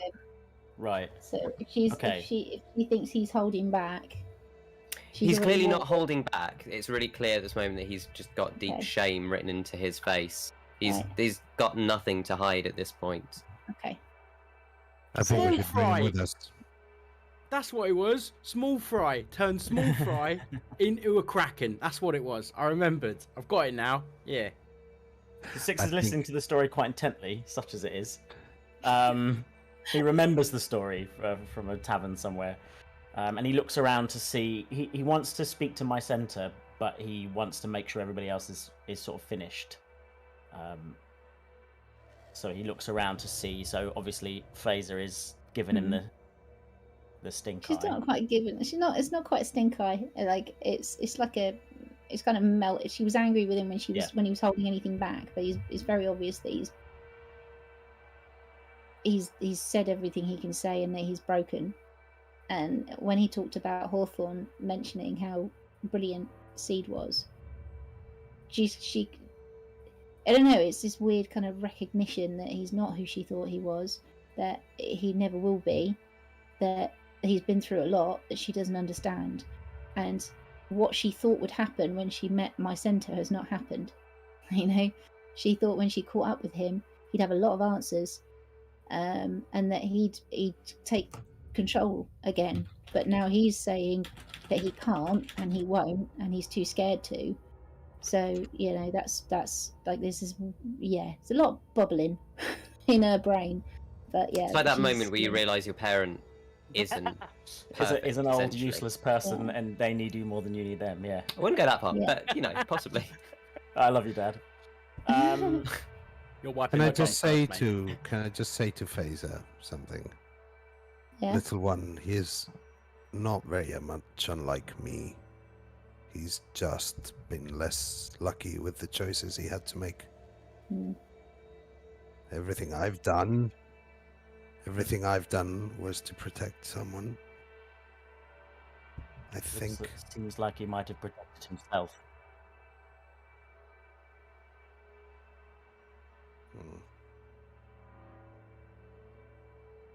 Maybe. I don't know. So Like, Six she's gonna- is. Yeah, go She's on, going to sorry. nod at Docs and say, acknowledge that. Six Yeah, gives still got Octavius a still look bubbling. like, oh, we're best friends again now. We see eye to eye after the last few incidents we've had. I think we're on the same page in this place. He's going to walk over to my center, and he's going to just quietly sort of say to him, my center, and he wants to make sure he can get some good eye contact with him if he's willing to give He's it. blind. He looks up at you. Is he actually blind, or is he He's just mostly blind? No, he was. I described it as like he's got white eyes, as though he's Okay. clearly blind and has been for a long time. But the eyes do look towards you. Tell me, if you were us, would you let you live in this scenario? Faeza starts at that.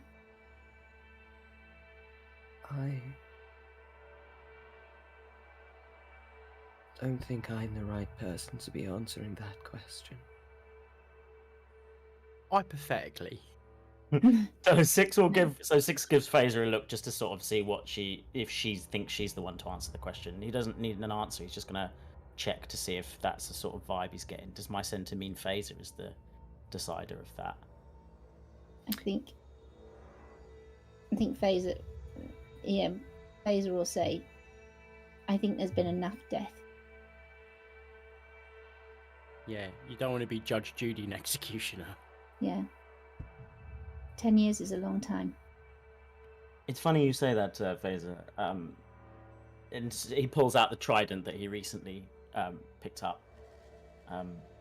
Do you recognize this weapon? He said, and it's a trident. He describes it to me. I keep forgetting he's blind. He's very As you describe it, he says, "No, I never went in that corridor. I'm no champion of anyone. I'm just a man trying to survive in a world that doesn't care." Did old Erebat Mankini or whatever they're called? Did they, Errata von Abyss. That's the one. Yeah. Did they have a bounty on you? Yes. And she's going to turn to my center and say that there is no one that can judge you. And it is not that nobody cares. It's that your actions have caused harm. When people need to care in a very important time. So we can't we can't judge, and I will not judge. And that's actually leaving that. Six listens to this. He thinks it's cute. And he Of course he does. he turns back to. Of course he does, right? He turns back to my center. It's interesting. I've seen many men and beasts do terrible things in order to survive. And in all of my years in service, I've never seen god or goddess on the battlefield. But in this place today, I have seen the devil. And so, therefore, I must seek the light. I pledge myself to Feliana, goddess of the storms, and he raises the trident above. And we're going to go my to break center. there. Ooh, we're going to go to break there. We'll see you soon. Roll the tape, Brad. Or pull the tape.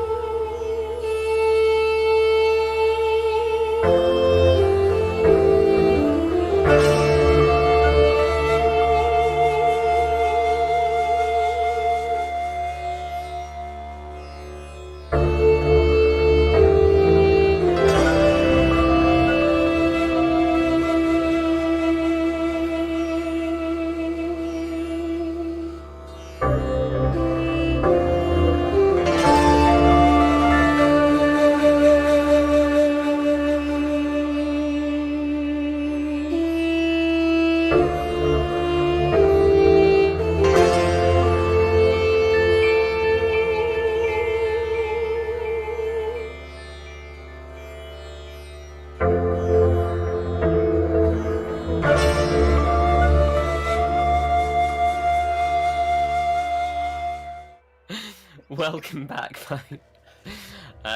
Great. Now all I can think of is wolf. Not that Makes barbarian. no sense to anybody. Yeah, no, they don't need to know. It's fine. So we return to quite a tense scene with my center, the tortured human who has been stuck here, Faeza's mentor having bared his soul, and Six having just raised his brand new divine trident. Yeah, he looks compassionate, but sort of certain. And he sort of throws to the side a "Look away, little one," as he goes to bring the trident down. And instead, she steps in front, and Toots gives us a snort. Good. And Dogs stands behind her as well. Basically in between him and my center.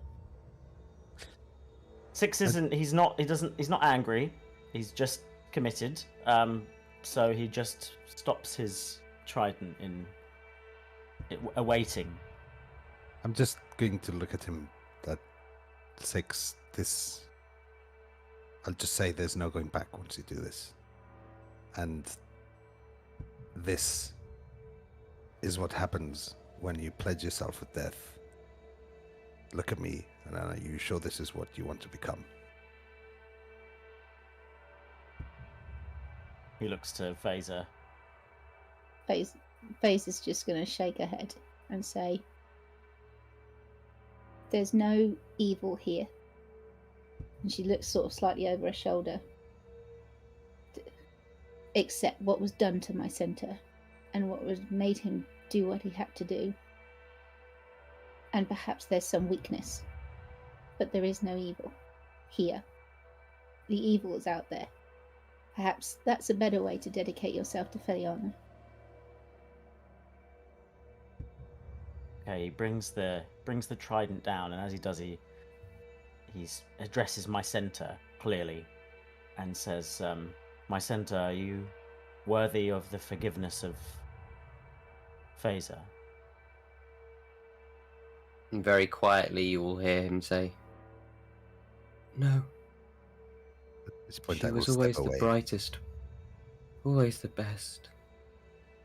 My shining little one. Faeza sort of shrinks a little bit at that, because she thinks that he's not worth any forgiveness. Well, she is better than you, I can tell you that. And for her, we will save you. Let's go. And he puts the trident back on his back and makes movements to try and find a safe place for my center. Faeza's going to brew him a fresh tea, make sure he's got a blanket, make sure he's comfortable, and say, "Look, my center, from what I can tell, you've been through a lot from what you say, and I think it's best if you stay here. We will go forward and see what's going to happen, and you will be safe here. So just recoup your strength. Try and find the you I know is in there, or the you that I saw when we knew each other before." And leave it at that. As you go to sort of walk away, he says, "Faeza." That's the first time he said your name.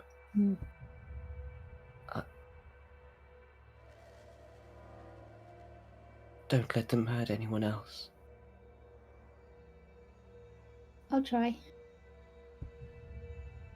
You always do everything. You never try. You will do this. Okay. And she steps out. Okay, the rest of you following? Yes, I will grab a 6 and just say, do not be discouraged by this. You don't know your god yet. It's a complex relationship. Maybe by showing compassion, you've pledged yourself more than if you'd actually killed him. Thank you, Tox. I value you. But I did see selfishness in his eyes. I hope I made the right decision. I want to retcon. Does this make sense? I want to retcon that as before he left, he placed one of his hand axes down and like next to him in a gesture that could be seen as. If you want to take your own. If you want to take your own life, but at the same time, you might want to defend yourself with this before we get back. So it's sure. Like... You can choose one of your hand axes to leave there. Yes, thank you. Which one? That's not. Yeah, that's not. Make a deception check, then. While you're doing that, Faeza's going to come up with some way to try and secure the door. Okay, as you do that, you see two things without rolling for it. Firstly, he looks just terrified at the prospect of more magic. Something that Faeza would know is that he never had any form of magic himself. Your tinkering and the things you've discovered are unique to you. He was just quite skilled. So the thought of more magic being used has terrified him. The second thing is you see Faeza look over at you, Octavius. Oh yeah, she's been and roll her eyes and be like, oh god, and just walk off. I'm going to go and find Lack. Well, that was a bit tense. I'm glad you're all done. Can we head down now? We should really try and purify whatever's doing all this.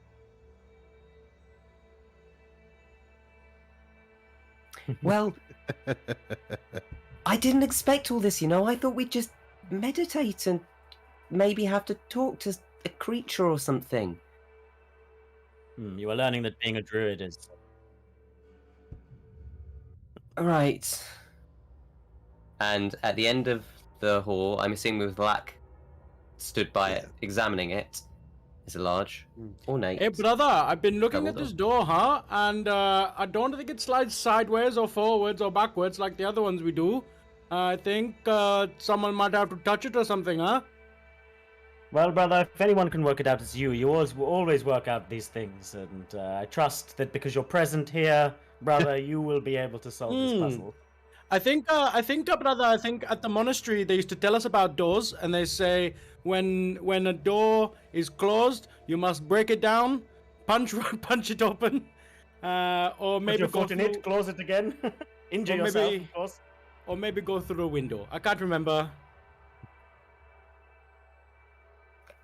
It looks like a very ornate door, but again, the door looks like a newer addition. No. Can I? Yeah. So you're just going to reach out and touch the door.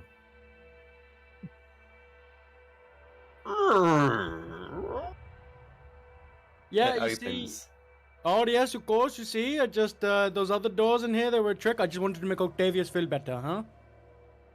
Can we throw a stone through the doorway? So as the doorway opens, you see two things. The obsidian stone corridor starts to show cracks in it. Overgrowing it is a layer of ice, but beneath that ice, very faint, you see familiar tiles. You have seen these tiles, minus Darks, in the Temple of Bellion. Tomb of Bellion, sorry. They are. It's not the same pictures and things, but it's the same, same as the floor tiles that you'd seen. These kind of very bright, ornate things frozen over. Again, in the flooring, you see this these steps that lead downwards, very steep, very narrow, but they are again underneath the. It seems to be this veneer of ancient broken tiles. Right. Same marching order as always. Okay. You head down the stairs, and it winds down for a good 10 minutes. I'm not going to make you roll for traps. It's just a stairwell. And at the bottom... Go for it. Can we see what the pictures are and if they tell some kind of story like previous Sorry, ones so I did? didn't make myself clear. So there are no pictures on this one. It's the like the floor tile sorry. patterns. So it's literally just the decorations of that you'd recognise as, oh, this was the same decor as the last place, but whatever it is so old and chipped that any decorations or runes or anything that may, or sigils are just gone. It's just rock and ice mostly. You're looking through, it's like looking through a thick sheet of ice at something underneath. And unless there's anything people want to do. Yeah, before we enter the room, I want to summon my bird. So I've got an hour with that bird Sure. again now. Cool. So your bird reappears on your shoulder. And I'm going to draw my crossbow, so it's there. Okay. As you do, you eventually see it's kind of quite dim, but between your various light spells, you can kind of just about make it out. And then through an archway at the bottom of the staircase, you see a well-lit cave. There is a thick layer of ice on the floor, maybe 5 feet deep. Translucent, and underneath it you can see where the tiles once were. To the very left of the cave, sorry, I'll start with the right. To the very right and to the south of the cave, essentially, are frozen walls. The tiles themselves crumbled off them. Sorry. Not yet, no. Oh, sorry, didn't interrupt. No, I like to fake the map when you need the map. You see tiles that kind of tiles fallen off the walls, just revealing worked stone underneath it. From the last place you'd seen, you realise that the tiles probably would have been mounted onto that stone. At the far north of the room, you see just a wall of ice, just completely impenetrable, cannot see through it, that seems to have cracked and pushed through like a glacier moving. And protruding out of the western wall, you see another giant sheet of ice. But inside it, you see an enormous, a gargantuan shadow. In front of you in the cave itself are several figures stood around what seems to be a circle on the floor. They are channeling, as you can see, what looks like blood swirling in this circle, and from the sheet, the darkened shadow on the left, you can see almost like a bore into the ice, very thin, and something black and ominous is just dripping out, and something kind of aquamarine-y, like a shifting, shimmering pool of light is being pulled into the circle, and where it touches this blood, it is condensing into blackness.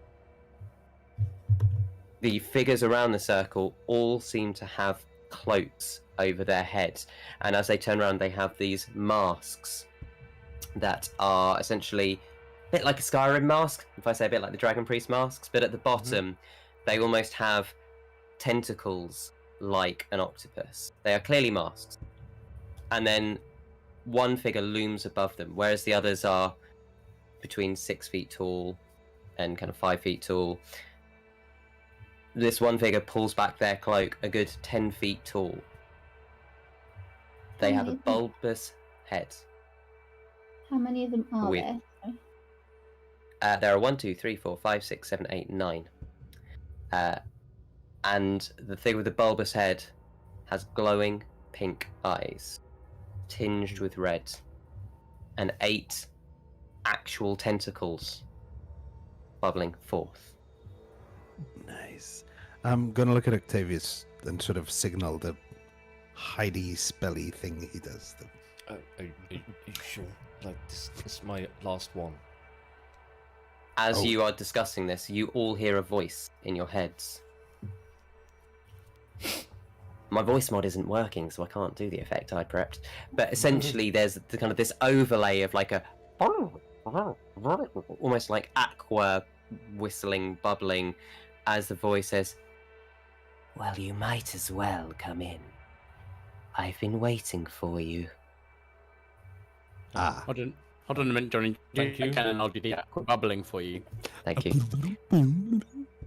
More tense and dramatic rather than Yeah.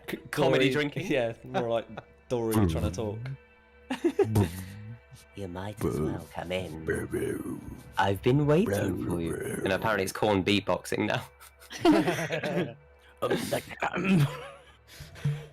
Right. Thank you.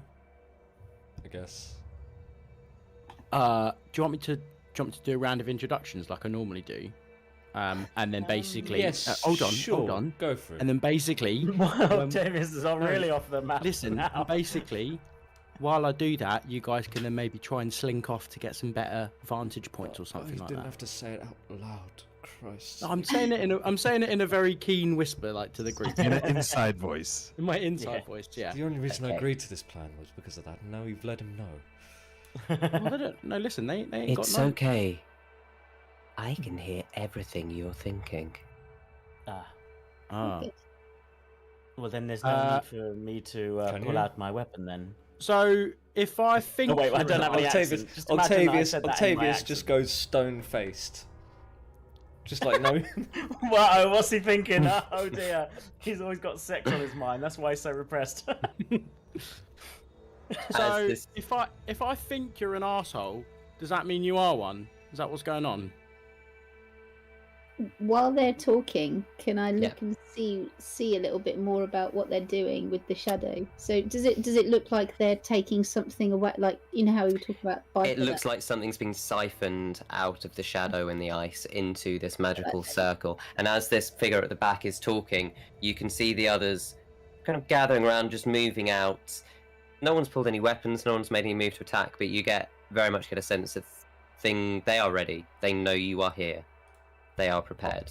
All right, if you're in my brain, what am I thinking right now? It doesn't matter.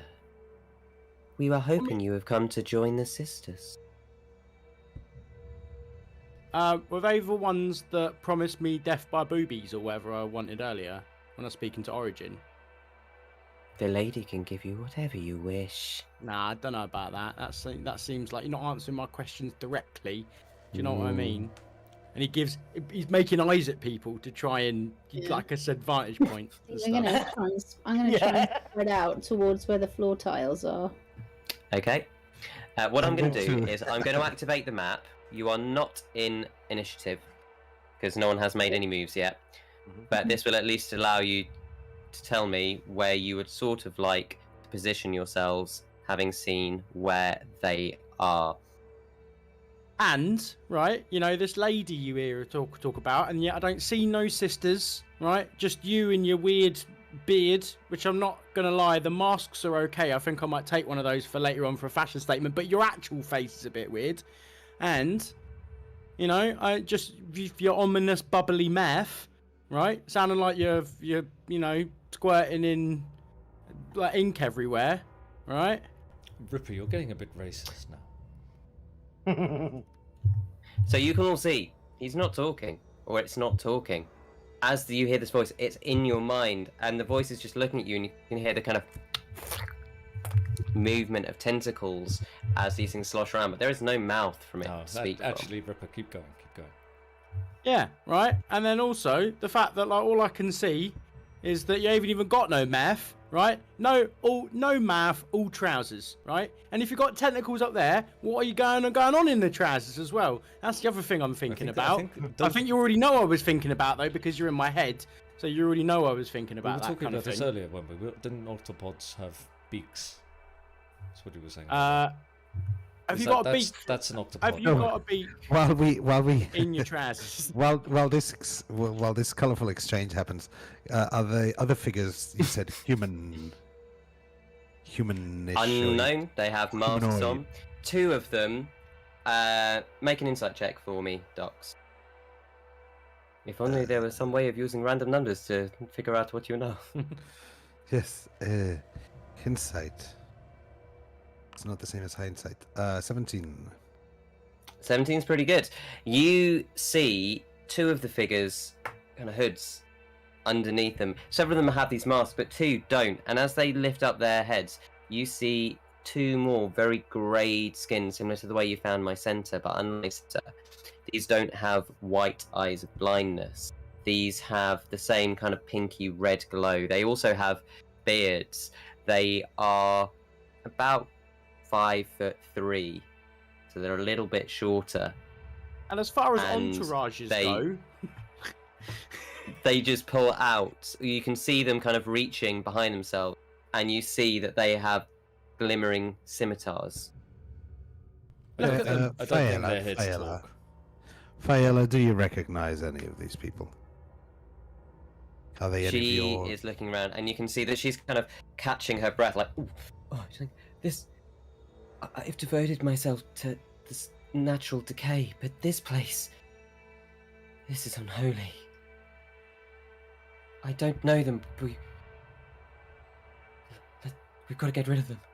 No, I mean, I'm working on the assumption that some of them are being controlled. I was hoping none of them are your friends. I don't recognize anyone. Oh, I have a really cool thing to say as soon as we're all ready. Okay. Is there any other... So, once you're in the map, let me know where you would like to be.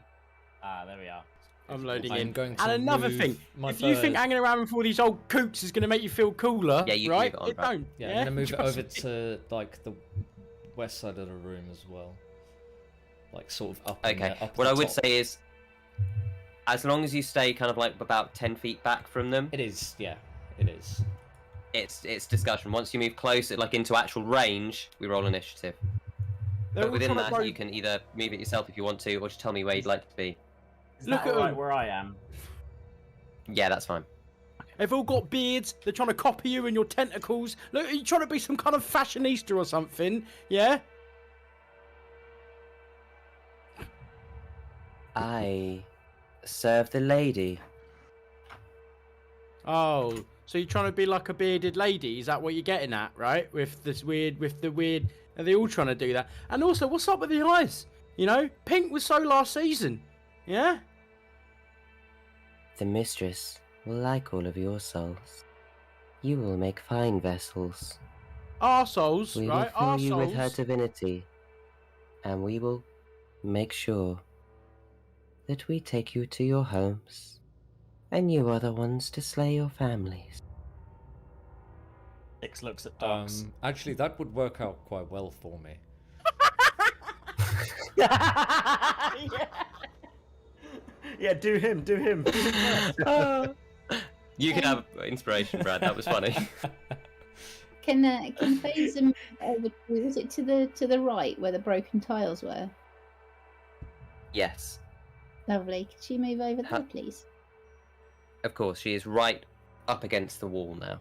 Okay, cool. I'm sorry because my Foundry hasn't loaded. So Yeah, I'm that's just fine. relying on screenshots. There's a couple of screenshots in the WhatsApp for you. Yeah. Is there Okay. a way... Is everyone else where they think they would like to be? I imagine I'd try and be in the middle of everyone. Where would Lack be? Is that Okay. a satisfying position for Lack, or would he... What do we think? I think, honestly, Lat can be anywhere and he'll get to the other side of the room. A cup back. anyway. Yeah. Yeah. Is there any way... So, just so that I know, is there any way that docs can have sort of very walked closer to the head person talking bulbous head thing so that they are... So, as I said, kind of within 10 feet of yeah. the general group. But if you're trying to move through them, that would trigger initiative. I just want to not very clearly be talking to them and not any of the... Yeah, absolutely. So unless anyone has something Yeah. to say, I'll just scythe on one hand, the other one sort of, are you a god? No. But Then- I serve one. Die! And I will, unless I have something to do, I would like to cast Radiant... We will roll initiative on that. Yeah, I'm of just going to course. check in with you all Can I- because it's 10 o'clock and this could be a long battle. Hmm. Do we want to postpone the roll off till next week and be able to come in fresh so you've had a little bit of time to think? So Or we do all like here a next couple of week? We've got- rounds and then call it? We've got couple of people A out. couple of people bandwidth. missing, haven't we? have we? Yeah. I'm not. Who's missing? Christine. And maybe It's all right. that Done now. on my sentences. That would have been really awkward if that wasn't this week. So it's up to you. I'm happy to roll initiative and do a couple of don't rounds, mind. but I I don't can want hold it it to off feel because I don't unsatisfying. I don't understand how my trident works yet. So I'm easy. I could either give it a couple of goes and figure it out now, or I could hold off and How do you feel? do some. It would feel more cinematic, I feel, to do it all in one go, because then you can actually get into the flow of Let's do that then. the Let's ebb do and that then. feeling going. I'll Yeah, drop some messages so that whoever's operating with Faeza has a couple of ideas. Okay. Yeah. Although, you know, Excellent. when I was catching up with Faeza Buck- actually move towards me a bit? It's like, don't group up. Move over here. Sure.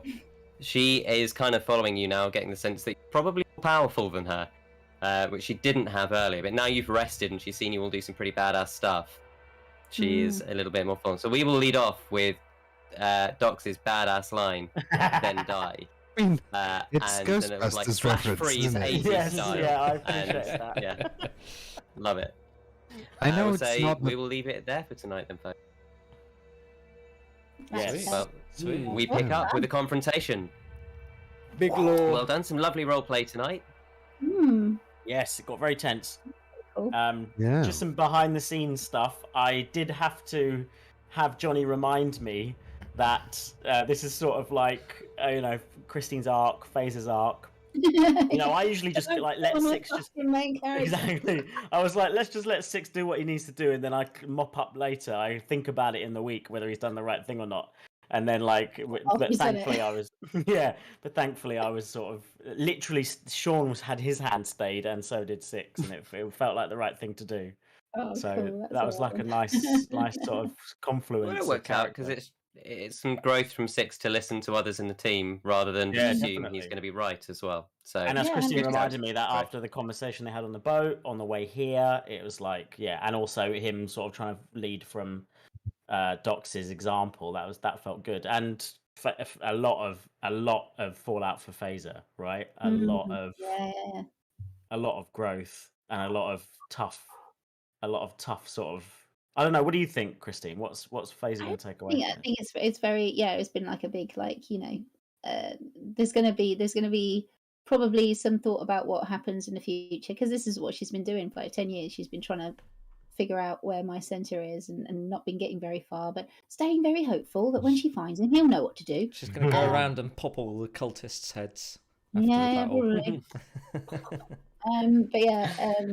But I think there's still a lot to come, because Zawati is a very secretive place. It's got a lot of it's almost like a forbidden city kind of vibe, and it's a very magical place and things, and there's a lot that happened when my centre left that people don't know about yet. Oh, there's so much goodies.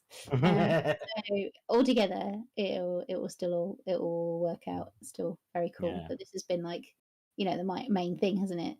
Her and trying to find seed, trying to find Hawthorn Steel for seed, and figure out why Hawthorn Steel left seed. That's still a big thing. So I'm glad you didn't kill my centre. Because maybe, so am I. maybe we can ask him Yeah, so am I. a little bit later I on. mean, Seed was banging around by herself for like 8 years, right? Because Seed was. It was basically that's kind of that was what I was it. trying to get at, but Octavius has got not a lot of intelligence, so he couldn't ask the right questions, which was. And neither does Brad after discussing the opening about cooking beans. So Come on, no, mate. that would be wisdom, not intelligence. We've already made that joke once. It's too late. You've made that joke once today already. It's too much. No, that was never going to stop. I've recycled it, mate. I'm doing my bit for the environment. Speaking of a positive, it was Octavius is he's sort of starting to alter. We're starting to see a different side of him, which is really interesting, isn't it? A bit of actual leadership as well, in terms of the way he's talking to Faella. Yeah, that's interesting. Yeah, 'cause someone has to, right? Yeah. But yeah, going back to the Hawthorn thing, which I was trying to say, was that his journey coincides with the start of the journey of them meeting, I think. Like the 8 years ago is when Hawthorn met my centre, is what I think happened. Yeah. I think it probably is as well. I think he's been there a long time. Yeah, because the thing he hasn't seen, if Faeza hasn't seen him for 10 years. Yeah, I mean, we've been following the trail and something. Yeah. But then also Seed was with Hawthorn before then he died. So it would have to be about, like, it's just somewhere between 8 and 10 years, something like that. I was trying to work it out, basically. Yeah, and Seed doesn't know or didn't know that Hawthorne Steel was dead. But I mean, that was a bit of a bombshell there as well. So yeah, it's a lot. It's good. I mean, like we've had unresolvedness. for a lot of characters, there seems to be this theme, isn't there, where we're questioning the status quo and then figuring out that it's not what we thought it would be, or it's not what they thought it would be. And Lack had a very similar moment after the Battle of 100 Corpses. Is that what we're going to call it? Battle of 100 Corpses. Yeah, it wasn't until he'd finished his work. That sounds like a Rob Zombie film. Yeah. So yeah, it's really nice to see Faeza's now. You know, how is her color going to change? Yeah. Well, how does she sort of deal with some? Perhaps it's a trauma to her. Or how does she rise above it? Or how does she deal with it? Because it's interesting. Because looking at Docs, it's funny when you have a character that looks already traumatized. You think, well, what could happen to him worse than that? So I feel like we've still got some stuff to come with Docs as well. He seems to be holding it together really well, right, in this place. Yeah, I mean, I thought I'd lose it a bit when you first started talking about him, because I was like, I mean, this is exactly that's why he did what he did, so that his family wouldn't become this. And seeing him say, "I want to live," was like a bit like, oh, really? Have I messed up? Was it the wrong choices? But yeah, I think he's sort of okay. Plus, you've still got part of a deck of many things. Yeah, I'm just going to keep reminding you that. I know. I'm just a bit. There's so many chaos threads if you want to pull at them. Not saying you should. I'm just saying you can. That's what I like to do. I build a world. I throw you in and say, "Have fun." Absolutely. I think it should be Christine that does it. The least exposed to the deck of many things should be the one to pluck from it. I think she'd pull them all. I think she'd pull all of them from the deck. And enjoy it. Christine. I mean, I'm pretty sure some of the cards are certain death, aren't they? No, maybe one of them you've got an incomplete deck. You've got an incomplete deck, and you can't check it without pulling the cards. From memory, 2 of them are almost certain death. Almost. But what I would say about the table is that you know that Erionwel every culture has a belief that there is a physical afterlife, similar to the Greek underworld. So maybe in Erionwel, death isn't actually the end. There's always another story. All right, we'll pull all of the cards in the next round. Yeah. No, you do it whenever you like. I'm just saying. Because I have to remind players that they have stuff. Because sometimes you just forget. Yeah, I completely forgot we had the deck of stuff. Just to remind everyone, I've still got the sticky chicken. Sticky chicken. Some of Ismar's grenades, basically. Like I know, Lack used one. Sorry, what's the sticky chicken? Oh man! God, have you not heard the sticky chicken yet? No, we haven't used it. I've threatened people with it. So it's we found this random inventor who is a bit shit, and he made weird things. And he made a potion that was supposed to be a healing potion, but it covered seed in spots, like purple spots. I think did heal them though. Yeah. I still have those experimental potions. So we have those as well. Oh so these are some of the homebrew items that I'd made Joffrey. One of the things he had was a sticky chicken, and basically, I can't remember what I have to say, isn't it? Like sticky chicken, let's get sticking or something. Hey chicken, let's get sticking. Hey chicken, let's get sticking. And I have to. It will stick permanently to somebody. So, yes. But I think it can like fuse two things together, can't it? Because you can stick. But it's one of those things. I think I think of it like those, those crap rubber ones that were in. Exactly what it's like. Yeah. So basically, I threatened a thief with it because because it would have just not been able to move around quietly because he. I can't wait to do something horrific to it, like stick it on someone's chin and then put their head in water against a bath and just watch them sit there till they're drowned. Like, I really wish I'd played a barbarian because I have to be a nice character as Ripper. I don't know. But I was thinking along the lines of like sticking their knees together. No, it's awful. You guys are mean. You see, here was I thinking you'd do something. So it was not taken from this, but it was partly inspired by the chaos caused by in Critical Role's character called Jester. And at a certain point, big spoilers for season 2, people. So she is devoted to a fake god, essentially. And there is a rival who is trying to become Archpriestess and is trying to like one-up her. So to get revenge, Faeza, she presents her with a golden dick. like a golden dildo that's covered it in sovereign glue, which is essentially what makes like you can only get it unstuck with a wish spell, basically. Right. And what a waste of a wish spell. Right. And so these characters are nowhere near this level. She just makes this character have it in her hand, so she's permanently got a golden dildo walking around in her hand, and just that's so silly. But it had actually quite serious emotional repercussions of like this poor woman went from being like thinking she was all this and acting like a priestess to just being ostracized for not being able to get rid of this thing. I thought that's the dumbest thing I've ever seen. I did wonder about if we ever actually met up with Octavius's brother Gaius, whether I could surreptitiously get it stuck to him, because you should. Right in the middle of his back, so he can't reach it. No, you put it in his mouth. No, but it's more irritating if he can't even touch it and it's stuck there forever because somebody else can't pull it off. You put it in his mouth, activate it, break his nose so he can't breathe, and watch him gargle and stuff. It needs to be. That's horrible. I feel like using it can't just be wasted on a little sub character. It can't be wasted on like a demonic character. Maybe as there are always more silly magic items. As a mohawk, the more you use them, the more you get. As a mohawk, the more you use them on the head, it does the.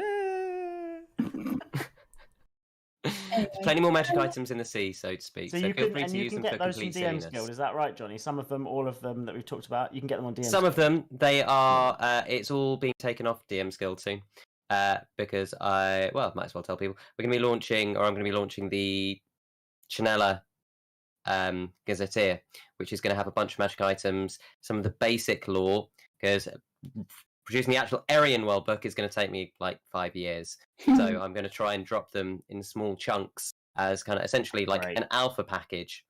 Create an omnibus, which is Sean's new favourite thing.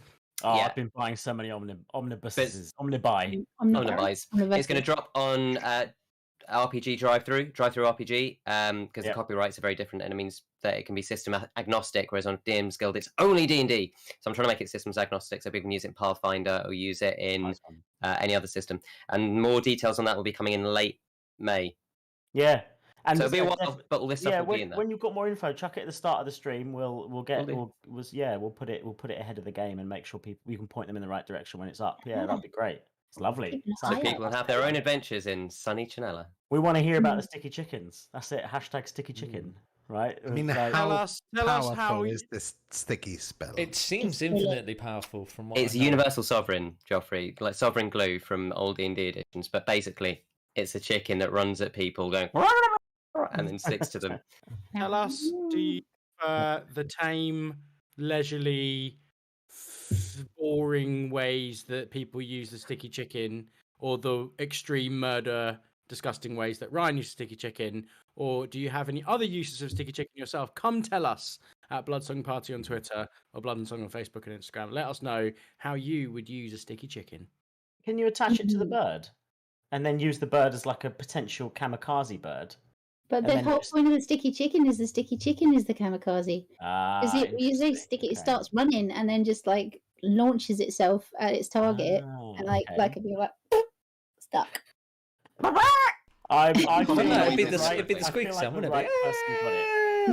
Yeah, exactly.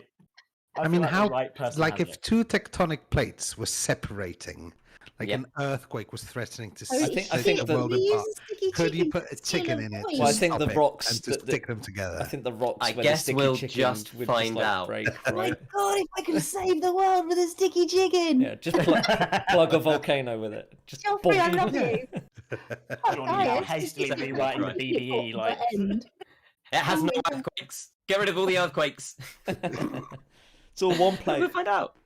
It's all one plate. That was a great game today, everyone. Thanks, Johnny. Appreciate that, man. All right. Well done, everyone else, for staying alive. I'm sure we should let our lovely listeners go have a sleep, both of you. Mm-hmm. So make sure you do that.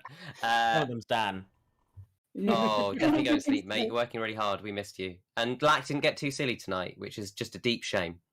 Unlike the deep shame of Sixsmith in the last episode of being changed to Fistsmith and talking about fisting all the time. Well, no one has a deep shame to his entire family. We didn't mention that. You were the one that brought it up. Yeah. Well, let's see if that plays into the future. Until next week and the epic conclusion of this chapter, may the Great Mother guide you in all you do. Farewell, folks.